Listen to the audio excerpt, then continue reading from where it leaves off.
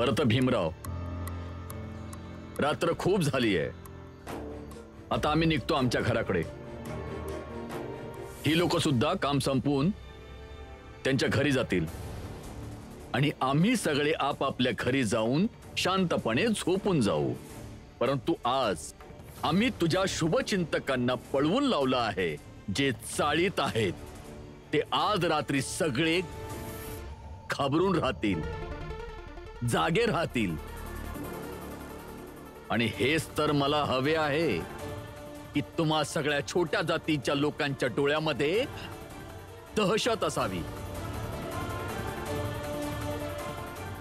आता आम्ही येतो, याच्यावर लक्ष ठेवा।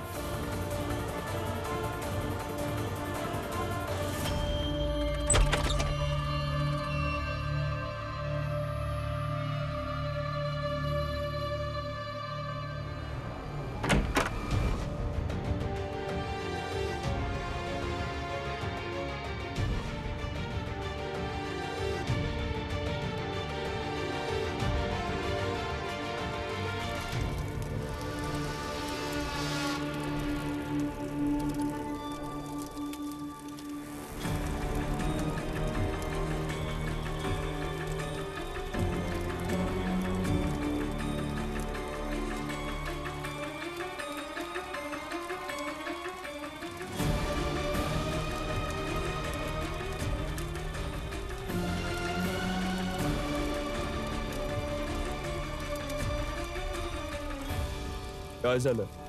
एवढ्या रात्री इथं काय करतोयस? कसली काळजी आहे तुला? कसली चिंता असणार दादा? तोच भीमराव दादा, तो जिथे फसलाय तिथून सुटणार तर नाही ना? शक्यच नाही। तो अधिकारी आहे ना, अरे मोठमोठ्यानं जागा दाखवली त्यानं। ही भीम काय चीज आहे? त्या भीमला सुद्धा तो तिथेच सांभाळून घे, समजलं? तू काळजी नको करू। अरे दादा, तुला तर माहिती आहे ना तो भीम किती हुशार आहे। जिथे सगळे मार्ग संपतात तिथूनच त्याला पुढचा मार्ग मिळतो। अरे दादा, तो खूप हुशार आहे। महिपाल, हे काय झालंय तुला? शुद्धीत तर आहेस ना तू? अरे या कशा हवेतल्या गोष्टी बोलतोयस तू? मूर्ख माणसा, जेव्हा माणसाचं स्वतःचं मन आणि डोकं शत्रूचं कौतुक करत असेल तेव्हा समजून घ्या की आपला पराभव निश्चित आहे। बाबा, तुमचे सगळे म्हणणे खरे आहे। मला मान्य आहे की तो ज्या जागी आहे तिथे 100हून 100 संपले जातात, पण तो भीमराव आहे बाबा। जेव्हा विनाश दिसतो ना बाबा, तिथूनच तो बळ मिळवतो। कोणी किती अडचणी निर्माण करो, तो भीमराव कुठून ना कुठून मार्ग शोधूनच काढतो। आणि बाबा, कळत सुद्धा नाही की त्यांनी मार्ग कसा काय काढला। आता असं नको व्हायला की त्याने पुन्हा एकदा मार्ग काढला।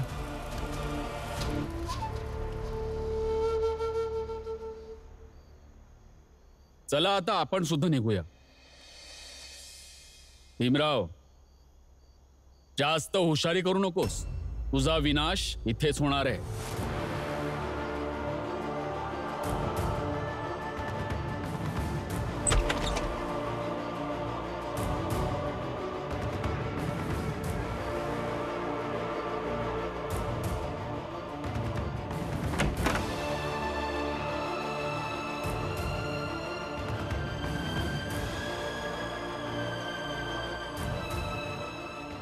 रमा, बाळा दादा तिथे असतील हे मला कसं कळेल? मला बघायला हवं की बाहेर कोणी आहे की नाही।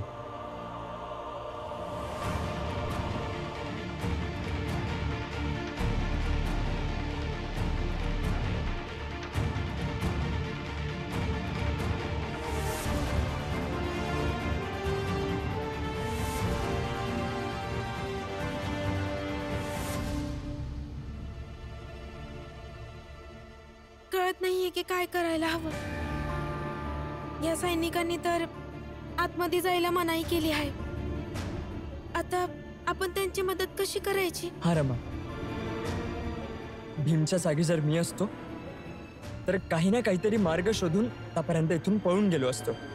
तुमचा स्वभाव तर आपल्या सगळ्यांना माहिती आहे, तो असं अजिबात करणार नाही।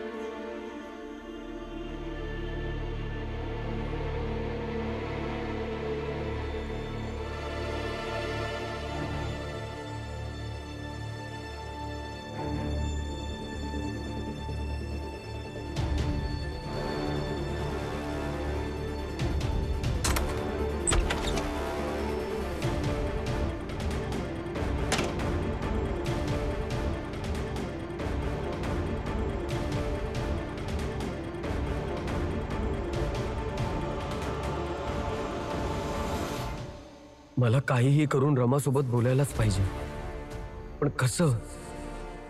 हे सैनिक इथे उभे असताना मी काहीच करू नाही शकणार.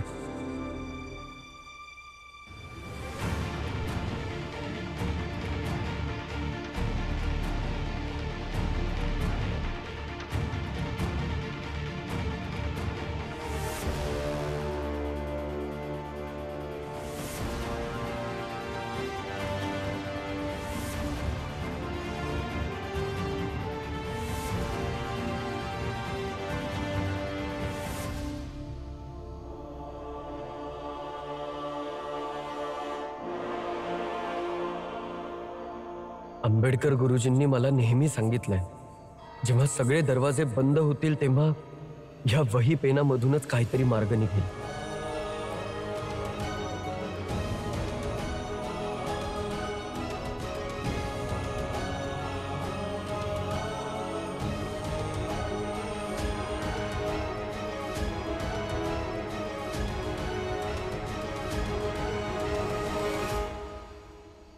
दादा, मी जाऊन त्यांच्याशी बोलू का? कदाचित ते लोक मला आत सोडतील. नाही रामा, त्यांच्यासोबत बोलण्यात काही उपयोग नाही. ते आपलं म्हणणं ऐकणारच नाही, उलट आपल्याला इथून पळून लावतील. हे बघ, भीम आहे ना, तो सगळं सांभाळून घेईल.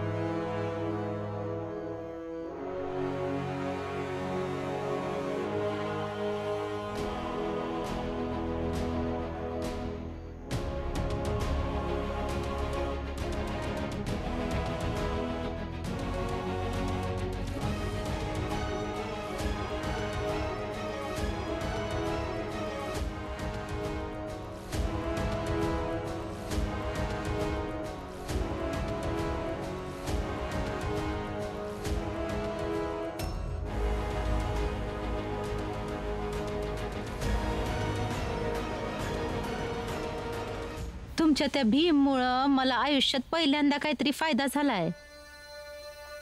येडी बनून का होईना,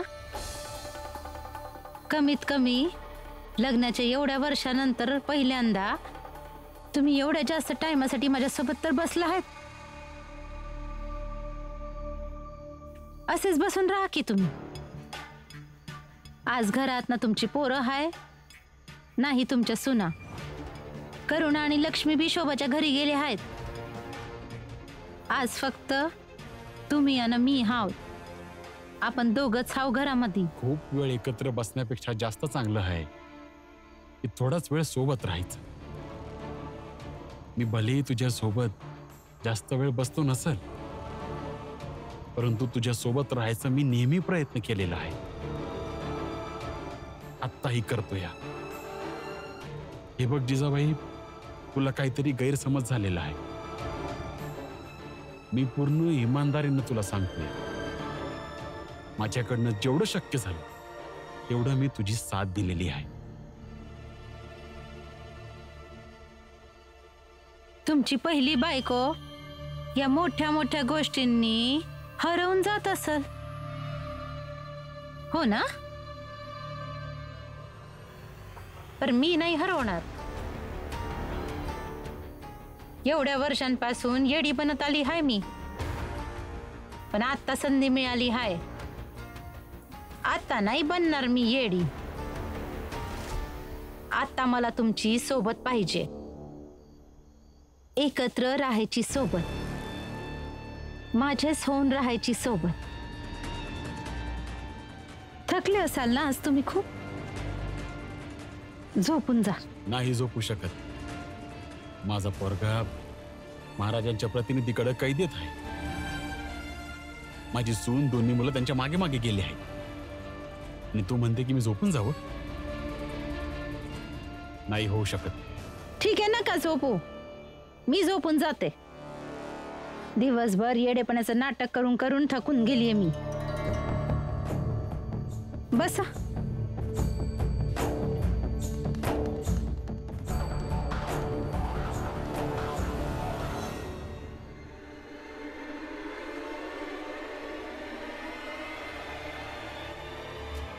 तू काय करती आहेस? जिजाबाई मला उत्तर दी. तुमचा भरोसा नाहीये. तुमच्या सुनानं मुलांच्या मागे मागे तुम्ही सुद्धा मला सोडून निघून जाल. आणि तसं बी पदराची गाठ नव्हती बांधली आपल्या. तुम्ही जर ही गाठ सोडली तर मला कळून जाईल की याच गाठीची आयुष्यभर वाट बघितली होती मी. झोपून घ्या आता.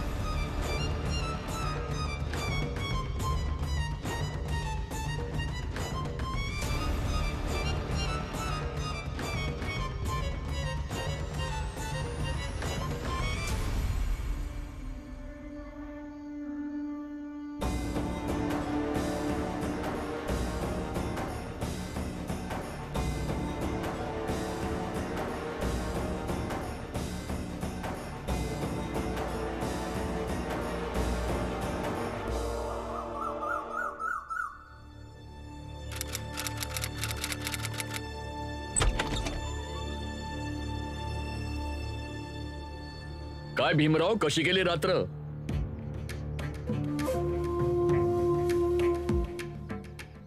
ही वही आणि पेन घेऊन काय करतोयस? काही नाही, जे करायचं होतं ते काल रात्रीच केलं. काय केलंस? माझे आंबेडकर गुरुजी मला नेहमी सांगायचे, जेव्हा सगळे दरवाजे बंद होतील तेव्हा हीच वही पेन मार्ग दाखवते.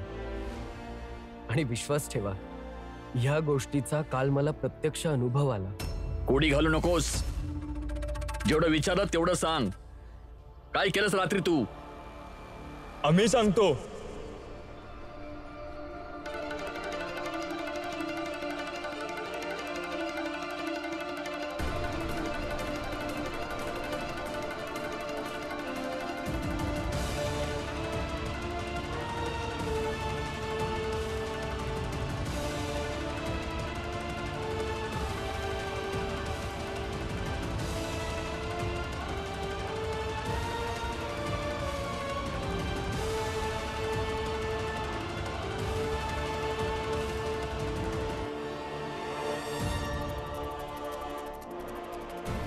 रमा कुठे आहे?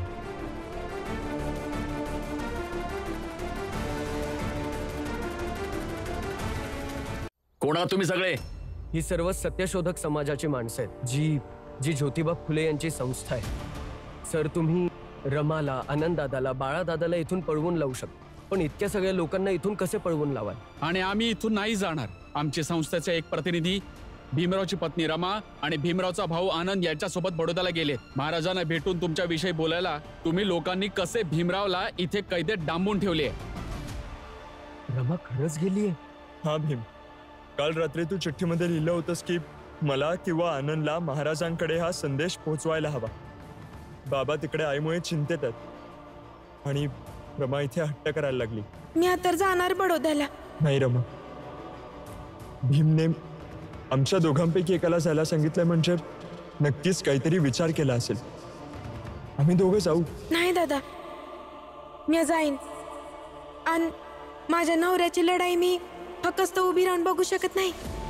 आणि तसं पण आज नाही तर उद्या माझा नवरा जर बाहेर कुठे गेला तर मला त्यांची लढाई तर लढावीच लागेल ना.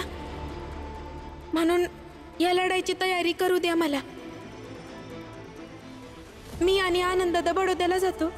तुम्ही ज्योतिबा फुले यांच्या संस्थेकडे जा आणि त्यांच्याकडे मदत मागा. आणि मग ते दोघं निघून गेले.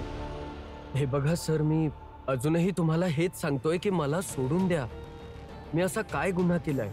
सयाजी महाराजांकडे काम करणारे तर खूप लोक असतील, पण माझ्या कुटुंबात असे लोक खूप कमी आहेत ज्यांच्यामुळे आमचं घर चालतं, आणि त्यांच्यापैकी एक मी आहे. ठीक आहे, जोपर्यंत महाराजांचा निर्णय येत नाही तोपर्यंत आपण सगळे वाट पाहूयात. आणि तुम्ही लोक आंदोलन करा. आतापर्यंत ही लढाई ज्याही कुणामध्ये होती, परंतु आता ही लढाई शासन व्यवस्था आणि तुम्हा सगळ्यांच्या विरुद्ध झाली आहे. आणि एक संपूर्ण शासन व्यवस्था कायम बळकट असते. एका संपूर्ण शासन व्यवस्थेला बळकट होण्यापेक्षा न्यायाने चालणं जास्त गरजेचं आहे. आनंद आहे हे कळण्याचा की तुम्ही या मतभेदाला असं काही बघत आहात की ह्याचं उत्तर आल्यानंतर तुम्हाला हे मात्र नक्कीच कळेल, प्रत्येक शासन व्यवस्थेत प्रत्येक व्यक्तीला महत्त्व मिळालं पाहिजे. त्याच्या अधिकारांचं रक्षण झालं पाहिजे, ना की अशा कुण्या एका भीमरावाला असं बंदी बनवून ठेवलं पाहिजे.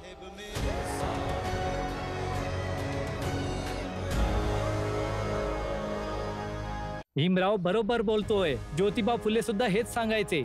आम्ही सगळे भीमरावांच्या बाजूने आहोत. ही लढाई व्यवस्था आणि माणसांच्या विरुद्ध आहे. आता हे बघायचे आहे की निर्णय कोणाच्या बाजूने होतो.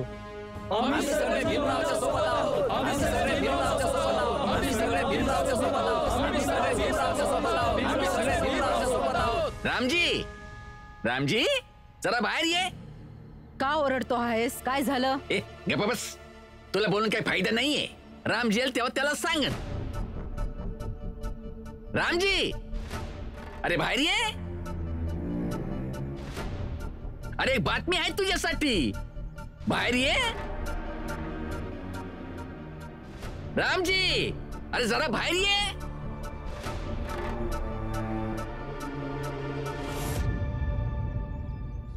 जिजाबाई, जिजाबाई, जिजाबाई सोड मला. बाहेर जाऊ दे. हितेश मला बोलावतो. सोड लवकर.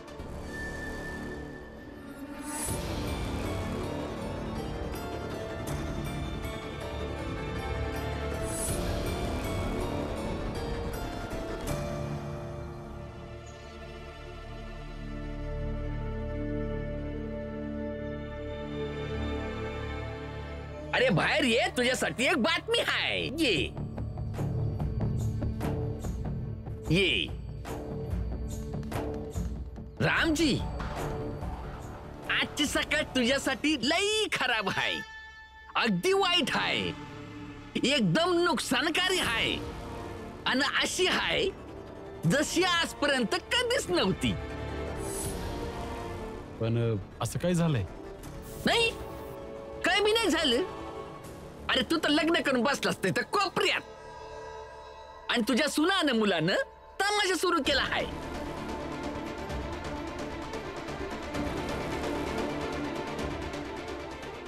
काय झालं सांगा ना. कोणती सून आणि कोणत्या मुलाबद्दल बोलत आहात तुम्ही? अरे तोच मुलगा ज्याला महाराजांकडून शिष्यवृत्ती मिळाली आहे, आणि आता त्यांच्याच विरोधात आंदोलन सुरू केलंय.